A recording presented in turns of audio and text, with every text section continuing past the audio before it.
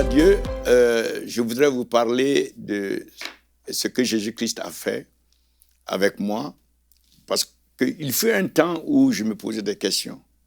Je me demandais comment nous allions faire l'œuvre de Dieu. Parce que l'œuvre de Dieu a besoin du surnaturel. Comment convaincre les musulmans, les bouddhistes, les païens, tous ceux qui ne sont pas des chrétiens, que vraiment Jésus-Christ est le Fils de Dieu. Je me posais tellement de questions. Et un jour, le Seigneur me dit, avec lui, rien n'est impossible.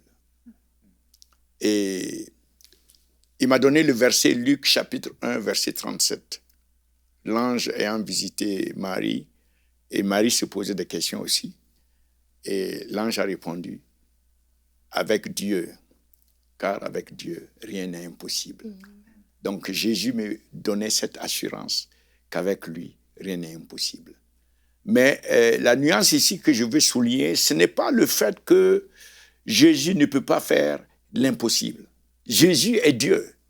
Jésus, la Bible dit qu'au commencement était la parole était avec Dieu, et la parole était Dieu.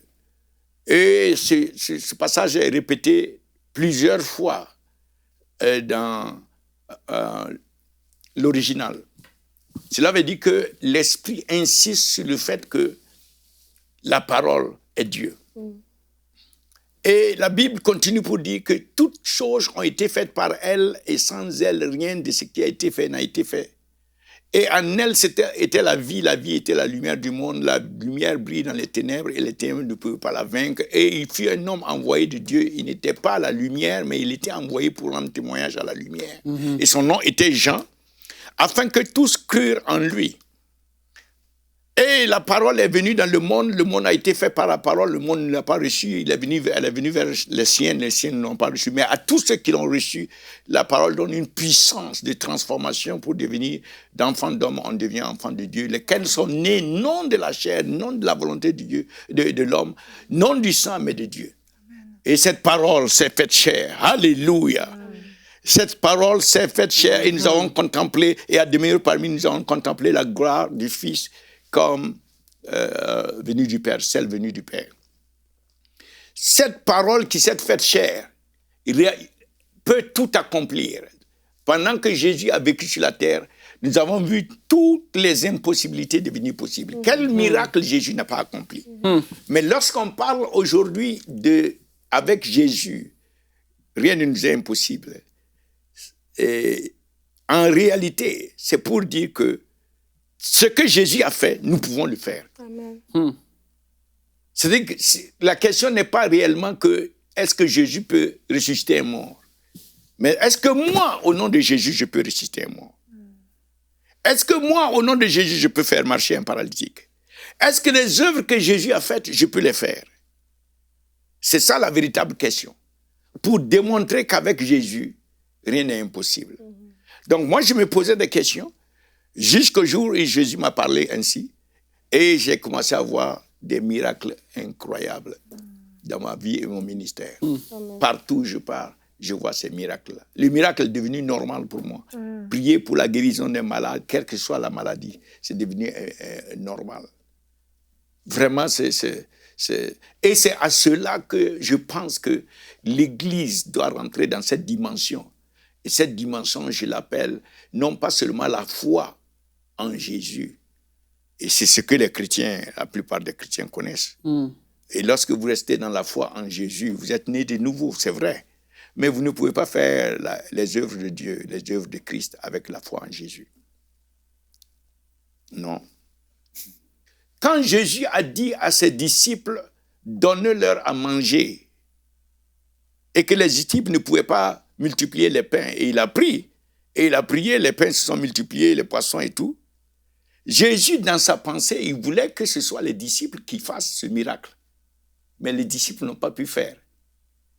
Quand le monsieur a apporté son enfant à ses disciples, les disciples n'ont pas pu chercher, Jésus a dit, homme sans foi, homme sans foi. C'est pas parce qu'ils n'ont pas foi en Jésus. Ils avaient foi en lui, ils le suivaient. Ils avaient tout abandonné pour le suivre. Quand Jésus dit, si vous parlez à cette montagne, vous avez la foi, vous parlez à cette montagne, déplace-toi et la montagne va se déplacer. Il ne s'agit pas de la foi pour qu'eux, ils soient sauvés. Qu'est-ce que leur salut a à voir avec le déplacement des montagnes? Il s'agit de la foi pour faire les œuvres de Christ. Cette foi est différente de la foi pour notre salut. Les messages en général, on nous répète les messages pour notre salut. Mais nous ne sommes pas équipés du moyen pour transformer l'impossible en possible. C'est là où justement se pose le problème. Il ne s'agit pas de la foi en Jésus. Il s'agit de la foi de Jésus. La foi par laquelle Jésus a opéré sur la terre. Je dois avoir cette foi. Je crois déjà en Jésus-Christ, comme le Fils de Dieu, le Sauveur du monde, celui qui est mort à la croix, qui a versé son sang. Je le crois, je l'ai vu. J'ai vu son sang, extra. J'ai été sauvé. Mais maintenant, je veux faire ses œuvres comme il a promis. Et je ne peux pas faire ses œuvres sans avoir la foi par laquelle lui l'a opéré. D'ailleurs, Colossiens 2, verset 12 dit que la foi de l'opération de Dieu. Vous pouvez continuer. La foi de l'opération de Dieu. Il y a une foi par laquelle Dieu opère. Et c'est cette foi dont nous avons besoin pour pouvoir opérer aussi. Et lorsque nous activons cette foi, nous allons voir des miracles. Aujourd'hui, j'ai vu presque combien de miracles. C'est devenu redondant. Ça ne compte plus. Oui, c'est devenu redondant. Ça ne m'excite pas. Ça ne m'excite pas. Les miracles ne m'excitent pas. C'est naturel. C'est ça la vie normale du chrétien. Oui. J'ai vu des paralytiques marcher. En Inde, par exemple, nous sommes allés premièrement dans une église d'environ 5000 membres, mais toute l'église était comment dire, sens dessus-dessous. 5000 personnes. Un matin, puis on m'a dit, j'ai invité à Travel Nadrum, c'est un autre village, et les gens se sont attroupés, plus de 10 000 personnes, et c'était en plein air. Et on avait juste un hangar avec le bishop de là-bas. Et pendant que moi, je rendais ministère, j'étais en train de prêcher, les gens commencent à crier de l'autre côté, ils soulèvent un fauteuil roulant, de l'autre côté, ils crient, ils soulèvent les béquilles. Donc, j'ai dit, mais qu'est-ce qui se passe? Je me demande aux gens, mais qu'est-ce qui se passe? Parce que je n'ai pas fini de prêcher. Je voulais que le Saint-Esprit attende pour que mon message... Quand même, on puisse dire que je fais partie de... Mais il a bougé tout seul. Donc, j'ai laissé le message. Et donc, je sortais. Le bishop m'a attrapé parce que les foules voulaient m'assaillir. Et il voulait me faire passer par un passage, ne sachant pas que les gens étaient partis dans le village, prendre les malades, ceux qui ne pouvaient pas marcher, d'autres dans des brouettes, d'autres sur des chariots, les gens qui étaient à leur dernière phase, d'autres faisaient leurs choses sur eux-mêmes, et on les tirait avec des chariots pour venir là où nous étions. Et donc, en sortant, nous sommes retrouvés nez à nez avec ces gens-là. Wow. Donc, j'ai été touché.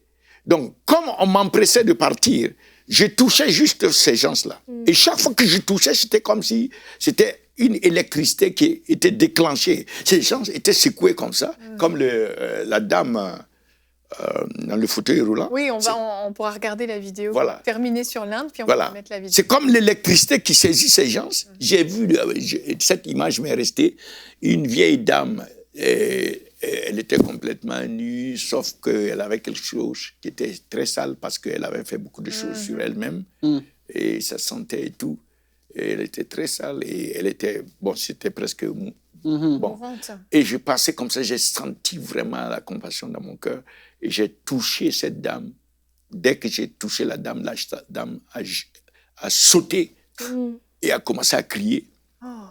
Elle était complètement guérie. On m'a dit que c'était le sida en phase finale. Wow. Gloire à Dieu. Donc il y avait des cas comme ça. Pendant qu'on avançait, on touchait les gens et des choses se passaient. Gloire à Dieu. Alléluia. Oui. Donc avec Jésus, l'impossible devient possible. Mais ce n'est pas le fait que Jésus le fasse encore. C'est que notre Jésus, à travers nous puissions le faire pour prouver que lui, il est le Fils de Dieu vivant, il est le Seigneur. Et c'est à cela que nous voulons arriver. Retrouvez la suite de ce programme dans l'émission Bonjour chez vous sur ENCI TV.